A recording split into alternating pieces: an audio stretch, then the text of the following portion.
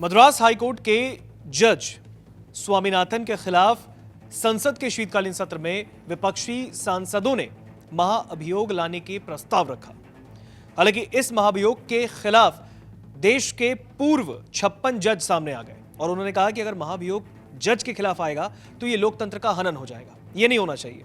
और अब खबर यह आ रही है कि एक बार फिर से 36 और पूर्व जस्टिस जो हैं वो इस पूरे मामले में कूद गए हैं। उन्होंने भी समर्थन किया इस पूरे मामले का, उन्होंने भी इस महाभियोग के खिलाफ यानी इस पूरे महाभियोग की आलोचना की है। अब इस खबर पर बातचीत के लिए हमारे साथ चेतन जुड़े हैं। चेतन, मद्रास हाईकोर्ट का मामला ठंडा नहीं हुआ है, सत्र खत्म हो गया, लेकिन अब खबर फिर सामने निकल कर आ रही है कि 36 और नए पूर्व जज हैं जिन्होंने इस पूरे मामले पर अपनी राय रखी है, साथ ही साथ इस महाभियोग के खिलाफ आलोचना करते हुए कुछ कहा भी है। नहीं, बिल्कुल जिस तरीके से ये महाभियोग लाने की बात यहाँ पर की गई और इसमें कई लोग जो हैं वो शामिल थे। जस्टिस स्वामीनाथन ने जो फैसला दिया हिंदू पक्ष के में फैसला दिया था, वो हम फैसला भी बताएंगे कि क्या फैसला था और क्यों इतना बवाल जो है वो मचा हुआ है। लेकिन अभी फिलहाल ये जानना जरूरी है कि विपक्षी सांसद जिनमें अखिलेश यादव थे, जिनमें ओवैसी थे, जिनमें प्रियंका गांधी थी समेत 107 सांसद थे जिन्होंने हस्ताक्षर किए और महाभियोग प्रस्ताव जो है वो पेश कर दिया था। डीएमके जो विधायक थे, डीएमके जो सांसद थे, उन्होंने कहीं ना कहीं इसकी शुरुआत की थी और अब 36 पूर्व और जज जो है वो सामने आ गए। खुले तौर पर एक पत्र जो है वो लिखा गया है, उसमें क्या कहा गया है उसको बताते हैं। दरअसल इसमें कहा गया कि महाभियोग के प्रस्ताव का कदम जजों पर राजनीतिक वैचारिक दबाव बनाने और डराने की भरपूर कोशिश है। अगर इस तरह की कोशिशों को आगे बढ़ने दिया गया तो ये लोकतंत्र और न्यायपालिका की स्वतंत्रता की जड़ों पर हमला होगा, क्योंकि लोकतंत्र में फैसलों की परीक्षा अपील और कानूनी समीक्षा से होती है, ना कि महाभियोग की धमकियों से। खुले तौर पर इसे धमकी बताया गया है, चेतावनी बताया गया है पूर्व जजों की तरफ से और कहा गया है कि यह बिल्कुल लोकतंत्र के लिए तो ठीक नहीं है। साथ ही 1 दिसंबर को मंदिर और दरगाह के से जुड़ा जो मामला था, जिसमें हिंदुओं के पक्ष में जो फैसला जो है वो दिया गया जस्टिस स्वामीनाथन की तरफ से, इसके बाद 9 दिसंबर को प्रियंका गांधी समेत तमाम जो 107 सांसद थे वो उनके खिलाफ जो है महाभियोग प्रस्ताव जो है वो लेकर आते हैं। तस्वीरें भी सामने आती हैं। उसके बाद जजों ने अब जो जज हैं वो कहीं ना कहीं इस प्रस्ताव की निंदा खुले तौर पर कर रहे हैं। पहले 56 जज पूर्व जज सामने आते हैं, अब पूर्व 36 जज सामने आते हैं और खुलकर इस प्रस्ताव की निंदा जो है वो करते हैं और कह रहे हैं कि सबको करनी चाहिए। सिर्फ इस पत्र से शायद कुछ ना हो, लेकिन सबको ऐसे प्रस्ताव की निंदा करनी चाहिए जो एक सिटिंग जज को हटाने के लिए सिर्फ इसलिए क्योंकि हिंदू पक्ष में फैसला आ गया था। तो इसको जो हटाने के लिए ये जो महाभियोग लाया उसकी निंदा जो है वो की जानी चाहिए।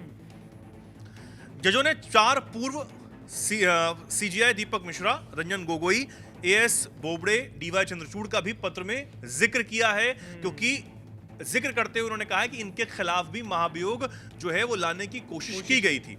जज संविधान और शपथ के प्रति जवाबदेह होते हैं, न कि राजनीतिक दबाव के लिए। इसलिए देश के सभी सांसदों नागरिकों को विपक्ष के इस कदम की खुलकर निंदा करनी चाहिए। ये भी इस प्रस्ताव में साफ तौर पर लिखा गया है। लेकिन इस बीच चेतन, हम आपसे जानना चाहेंगे आखिर ये मामला क्या था वो मामला जिसकी वजह से 107 सांसदों ने महाभियोग के लिए अपना हस्ताक्षर कर दिया और अब जाकर अगर हम देखें तो करीबन 92 पूर्व जज का एक साथ खुला समर्थन उस जज के खिलाफ, उस जज को लेकर मद्रास हाईकोर्ट के जो महाभियोग उनके खिलाफ लाने की बात विपक्ष कर रहा था। तो ऐसे में मामला क्या है, कहां से शुरुआत हुई इसकी, कौन सा वो फैसला था जिसकी वजह से इतना बड़ा क्लेश अब हो गया है?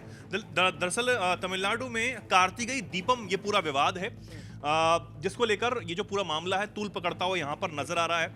डीएमके के जो विधायक हैं उन्होंने मद्रास हाईकोर्ट के जज जस्टिस जीआर स्वामीनाथन के खिलाफ महाभियोग लाने की तैयारी जो है वो की, जिसमें जज ने थिरुवनंतपुरम पहाड़ी पर एक दीप थून नाम की जगह है जहां पर कार्तिकेय दीपम का ये जो पूरा विवाद है यहाँ पर उछला।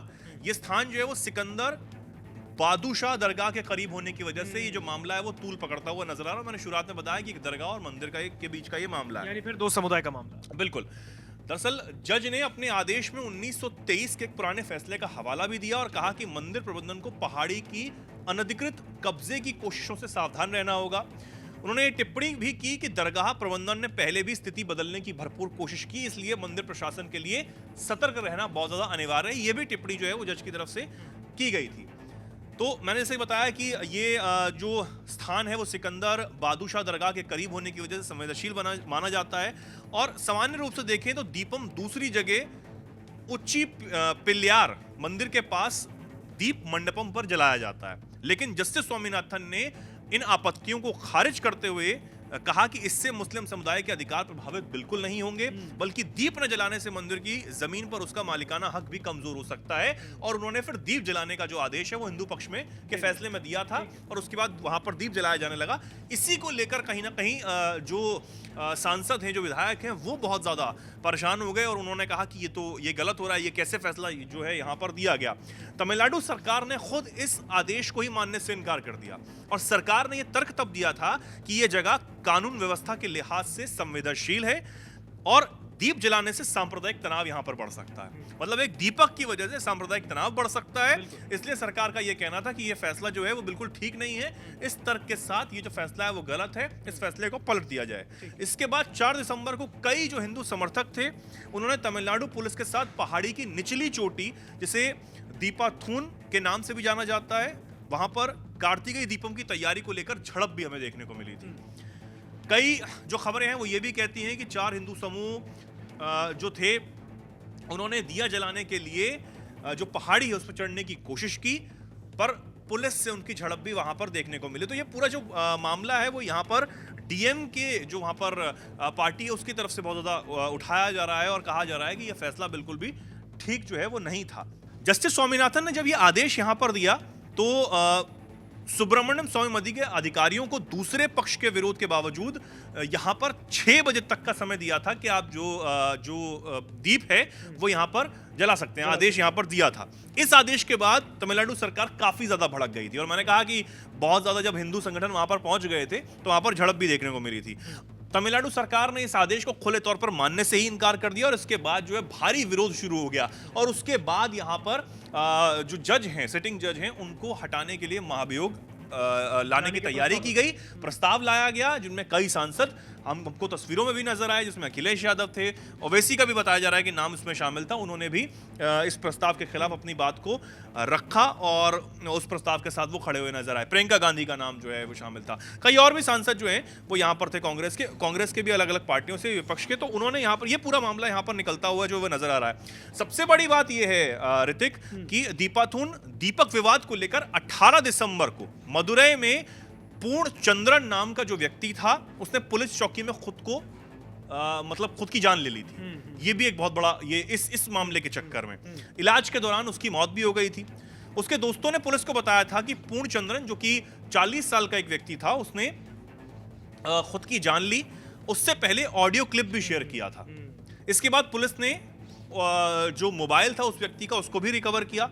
मीडिया रिपोर्ट्स के मुताबिक ऑडियो क्लिप में एक लड़के की आवाज थी जो दीपक विवाद की घटना से बहुत ज्यादा परेशान होने की बात कहता हुआ सुनाई दे रहा था। साथ ही पेरियार प्रतिमा के पास खुद को परेशान कर खुद की जान लेने की बात भी उसने उस ऑडियो क्लिप में जो है वो कही थी और काफी सारी बातें थी। यानी कि ये मामला जो है जितना क्योंकि हम ये देखते हैं, अगर अमूमन तौर पर हम देखें कि साउथ की जो राजनीति है नॉर्थ में बहुत ज्यादा कम डिस्कस की जाती है, लेकिन अभी क्योंकि सत्र के दौरान प्रस्ताव लाने की बात की गई थी तो बहुत ज्यादा ये मामला वो है तूल पकड़ता हुआ नजर आया।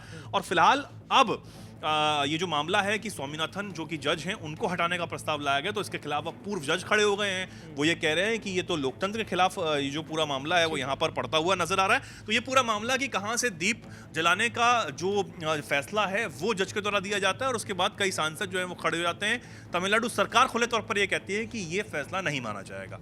बिल्कुल, देखिए जिस तरीके से ये पूरा मामला चल रहा है, संसद के शीतकालीन सत्र के बीच हुई 107 विपक्षी सांसदों ने महाभियोग लाने का प्रस्ताव रखने के लिए एक हस्ताक्षर किया। सबने लेटर हेड पे अपने अपने विपक्षी सांसदों ने हस्ताक्षर किए और मद्रास हाईकोर्ट के जज स्वामीनाथन के खिलाफ महाभियोग लाने का प्रस्ताव करने की अपील की। लेकिन अब इस पूरे मामले पर खबर यह आ रही है कि पहले जहां पर देश के 56 पूर्व जस्टिसों ने इस पूरे मामले की आलोचना की, उन्होंने कहा महाभियोग किसी भी जज के खिलाफ लाना सही नहीं है, तो अब खबर यह आ रही है कि एक बार फिर से इस मामले में जहां पर यह ठंडा होता दिख रहा था, तो इस बीच 36 पूर्व जजों ने इस पूरे मामले पर फिर एक बार अपनी प्रतिक्रिया दी, अपना राय दिया है और साथ ही साथ उन्होंने भी यही बात कही है कि किसी जज के खिलाफ महाभियोग लाना ये लोकतंत्र के लिए बेहतर नहीं है।